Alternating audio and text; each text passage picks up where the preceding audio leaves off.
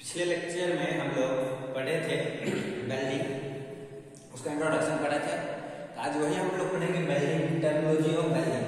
Welding का terminology पढ़ेंगे। क्या है welding use, terminology use in welding. Welding में हम लोग क्या क्या टर्मिनोलॉजी यूज करते हैं। जैसे कि मान लीजिए ये मेरा वेल्डिंग है, ये एक वर्कपीस है, वर्कपीस ये अलग है, ये अलग है ना। ये है WP फर्स्ट, ये है WP वर्कपीस सेकंड, ठीक ना। इसको दोनों को हम बट ज्वाइंट कर रहे हैं। इसका ये मतलब 3D व्यू है, इसको फ्रंट व्यू मान लीजिए ऐसे हम काट लिए, तो इसको हम यहाँ दिखा रहे हैं, ठीक है। तो वेल्डिंग करते हैं तो इसको क्या कहते हैं, जो इतना डेप्थ रहता है उसको क्या कहते हैं, जो कुछ मेटल बाहर आ जाए उसको क्या कहते हैं, उसी के बारे में आप लोग पढ़ेंगे। तो क्या पहले क्या था वेल्ड पुल। वेल्ड पुल किसे कहते हैं, वेल्ड पुल इसे कहते हैं टोटल, इसको वेल्ड पुल हम कहते हैं। ये जो है इसको हम वेल्ड पुल कहते हैं, ठीक है। जैसे कि हम लिख दिए हैं वेल्ड पुल, ऊपर जो है उसको हम वेल्ड पुल कहते हैं। वेल्ड पुल क्या होता है, it is the volume of liquid, it is the volume of liquid melted between the two workpiece before joint.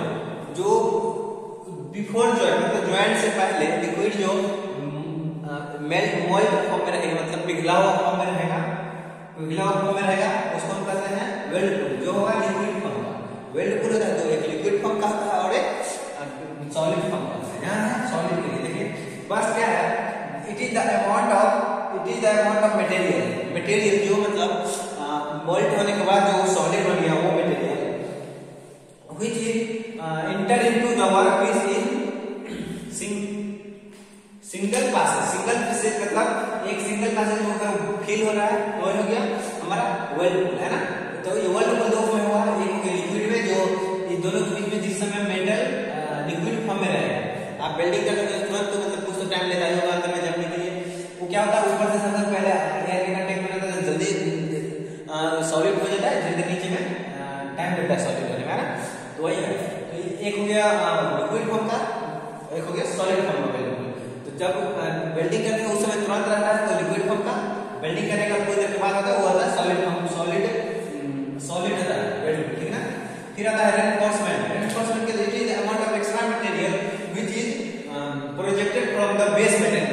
Base material पे जो एक्स्ट्रा मटेरियल कुछ आ जाता है, जैसे कि ये मेरा एक जॉइंट है, इस टाइप का कुछ है जॉइंट,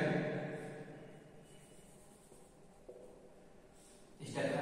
अगर हम वेल्डिंग करेंगे, जब वेल्डिंग करेंगे तो कुछ यहाँ मेरा मटेरियल एक्स्ट्रा आ जाएगा, कुछ ऐसे आ जाएगा, है ना। तो ये एक्स्ट्रा मटेरियल को यहाँ से यहाँ बेस मटेरियल का ऊपर का जो मटेरियल होता है उसी को हम कहते हैं रेनफोर्समेंट।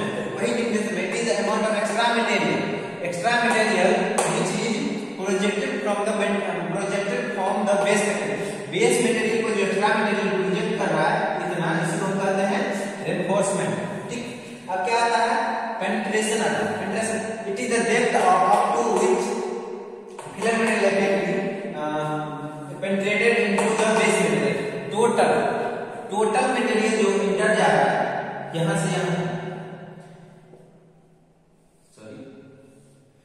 से यहां तक, उसको हम क्या कहते हैं पेनिट्रेशन कहते हैं। उसको हम कहते हैं पेनिट्रेशन। टोटल को पेनिट्रेशन कहते हैं, टोटल को हम पेनिट्रेशन कहते हैं। फिर आता है हमारा रूट गैप आता है। फिर आता है रूट गैप आता है, ठीक ना।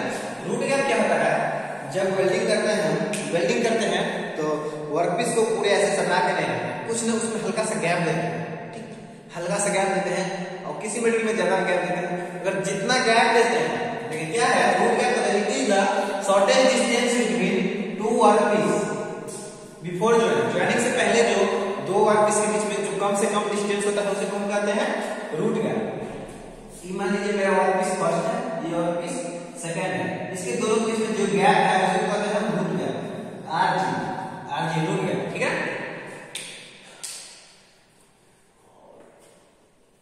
ये हो गया। नेक्स्ट लेक्चर में हम लोग पढ़ेंगे आर्क वेल्डिंग। अब हम अभी वेल्डिंग का इंट्रोडक्शन ही कर रहे थे, अब हम लोग पढ़ेंगे आर्क वेल्डिंग, ओके।